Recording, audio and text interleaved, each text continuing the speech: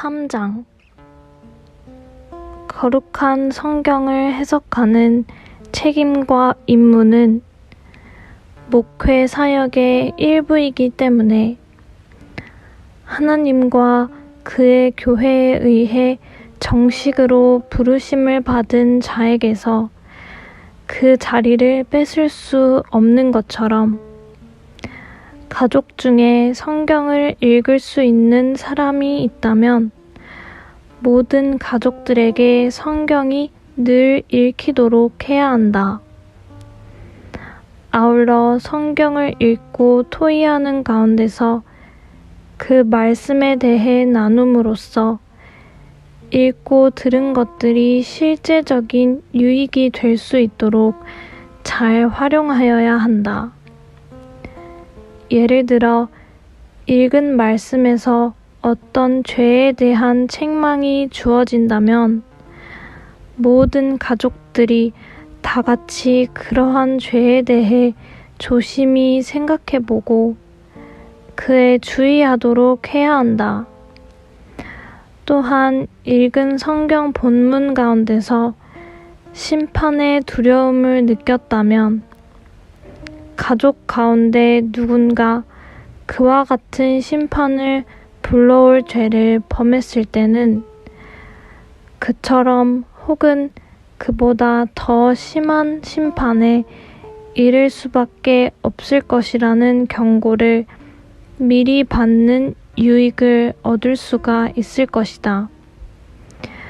그리고 마지막으로 본문에서 어떤 의무가 요구된다거나 약속 가운데 위로가 주어진다면 그리스도로 말미암아 명령된 의무들을 수행할 수 있는 힘을 얻고 하나님께서 제공하시는 위로를 바라볼 수 있을 것이다. 이러한 모든 일들에 있어 그 책임은 모두 가장에게 있으며 가족 구성원 누구나 가장에게 질문이나 의문을 제기하여 대답을 들을 수 있어야 한다. 해설입니다. 본문에서 어떤 의무가 요구된다거나 약속 가운데 위로가 주어진다면 그리스도로 말미암아 명령된 의무들을 수행할 수 있는 힘을 얻고 하나님께서 제공하시는 위로를 바라볼 수 있을 것이다 라고 가정예배 모범은 기록하고 있는데 이러한 위로는 앞에서 언급한 책망과 경고가 1차적으로 지향하는 목표라 하겠습니다. 따라서 말씀 가운데서 책망과 경고를 하는 것은 그 자체로서 끝나는 것이 아니라 최종적으로는 위로에 이르도록 하는 데에 그 목적이 있는 것입니다.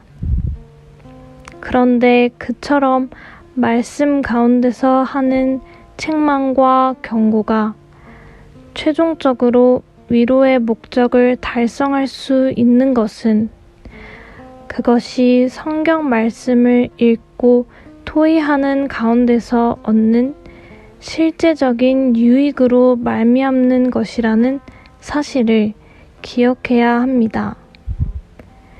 예배 가운데서 이루어지는 책망과 경고는 철저히 목회적인 것이며 특별히 복음적인 것이기에 결코 인간적인 방식으로 이루어질 수 없는 것입니다. 이와 관련하여 스코틀랜드 신앙고백서 4장 약속의 계시에 관하여에서 언급한 내용이 분명한 위로를 나타내고 있는데 이르기를 사람이 두렵게도 불순종하여 하나님을 멀리하고 있을 때 하나님은 아담을 다시 찾으시고 그의 이름을 부르시며 죄를 책망하시고 선고하셨음을 밝히고 있습니다. 그리고는 곧장 이르기를 마침내 그에게 여자의 후손은 뱀의 머리를 상하게 할 것이라는 아주 기쁜 약속을 하셨음을 우리는 믿는다고 하여서 진정한 복음적 위로의 사례를 성경으로 제시해주고 있습니다. 그러므로 성경 말씀 가운데서 그리스도로 말미암아 명령된 의무들을 수행하지 않는 자들은 분명한 책망과 경고를 받지만 마침내 모든 신자들은 그리스도 예수의 기쁜 날을 바라보고 기뻐하게 되는 것입니다.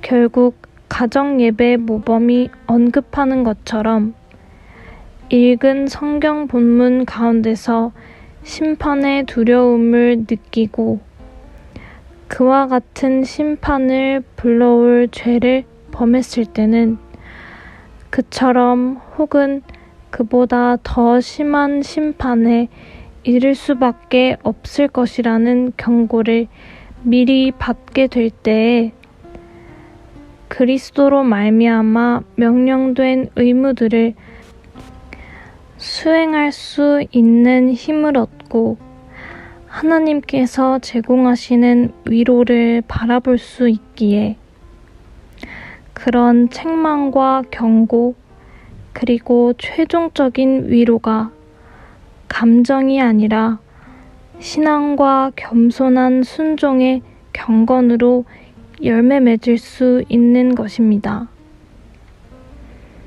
가정예배 모범 3장은 거룩한 성경을 해석하는 책임과 임무는 목회 사역의 일부라는 언급으로 시작하는데 그러한 언급은 사실 이러한 모든 일들에 있어 그 책임은 모두 가장에게 있으며 라는 언급과 긴밀히 연관된 것입니다. 즉, 성경과 관련한 목회적 사역을 가정에서 감당하는 가장의 책임에 관해 분명하게 명시하고 있는 것입니다.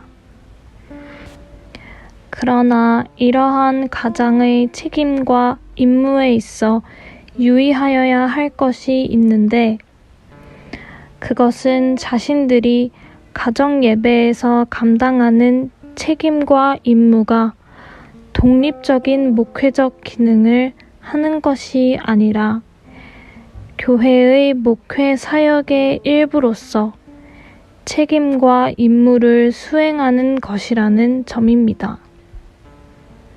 이러한 성격에 관해서는 공적인 예배에 관해 다루는 웨스트민스터 예배모범의 7장 주일 성수에 관한 문구들 가운데 분명히 드러나 있습니다.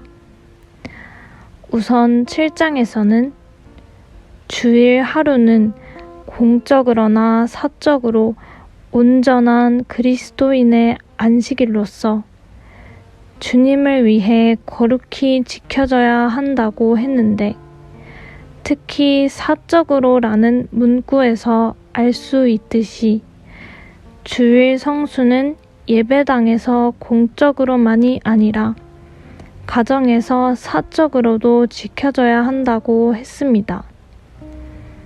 그러므로 부연하여 설명하기를 각 개인과 가족은 자신을 위하여 목사를 향한 하나님의 도우심을 위하여 그의 사역에 복이 임하도록 개인 기도를 해야 한다고 했으며 아울러 공적인 엄숙한 모임들 사이사이에 또는 예배 후 비어있는 시간은 성경을 읽고 묵상하거나 설교를 다시 생각하는데 시간을 보내도록 한다고 하여 개인적으로나 가정에서나 공적인 목회의 직무를 중심으로 주일을 보내도록 권하고 있는 것을 볼 수 있습니다. 그러므로 이러한 웨스트민스터 예배 모범을 따라서 가정 예배 모범 또한 거룩한 성경을 해석하는 목회 사역에 협력하도록 가장의 책임과 임무를 언급하고 있는 것입니다.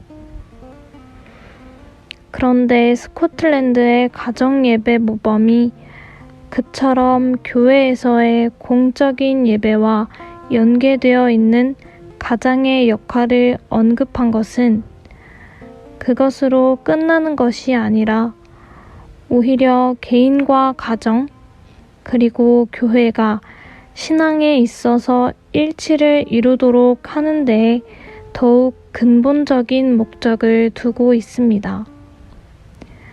특별히 가정에서 경건한 토의 중에 가족 구성원 누구나 가장에게 질문이나 의문을 제기하여 대답을 들을 수 있어야 한다고 한 것은 웨스트민스터 예배 모범 7장에서 언급한 것처럼 성경을 읽고 묵상하거나 설교를 다시 생각하는 가운데서 질문과 대답이 이루어져야 함을 말하는 것이니 그렇게 하여 교회와 가정 그리고 개인의 신앙이 일치를 이룰 수가 있는 것입니다.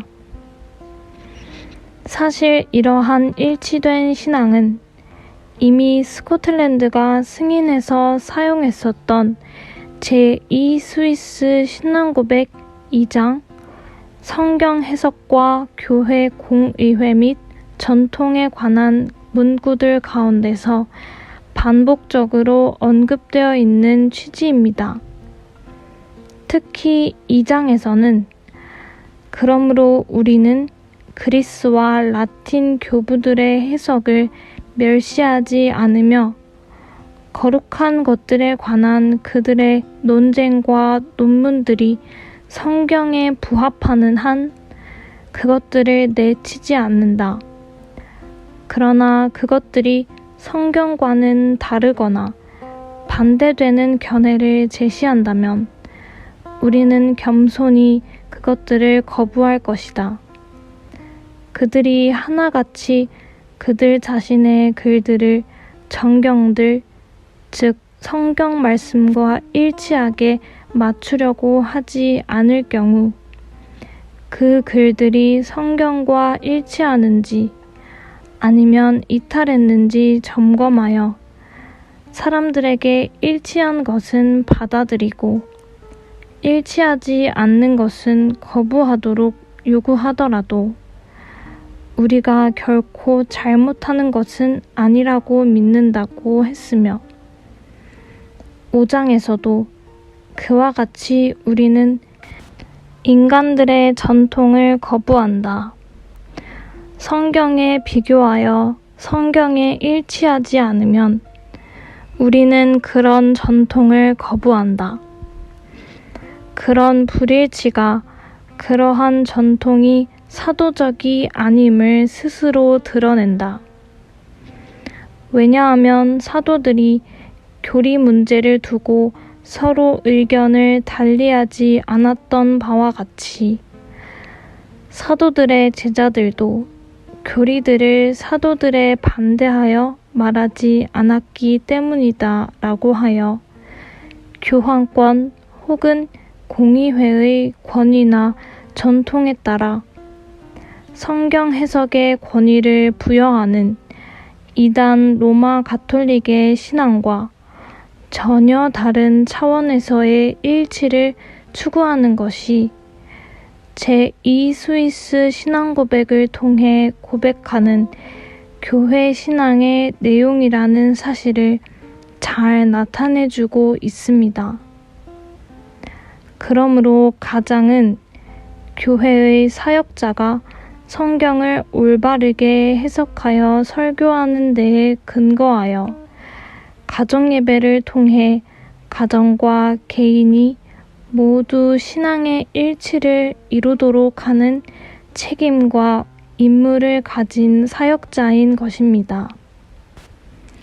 특별히 가정예배에서의 가장은 가족 구성원들 가운데서 질문이나 의문을 제기했을 때 잘 답변하고 설명할 수 있도록, 그리고 질문하는 자가 충분히 숙지했는지를 파악하고 보완할 수 있는 목회적 책임을 잘 수행함으로써 지교회의 일치된 신앙 고백이 자신의 가정 안에서도 온전한 일치를 이룰 수 있도록 하는 일에 최선을 다할 책임이 있음을 가정예배 모범은 분명하게 언급하고 있습니다.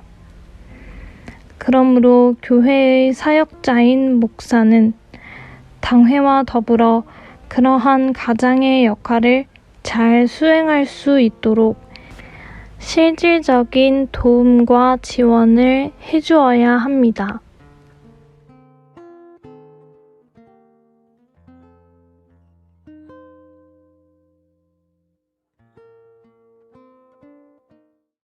땅의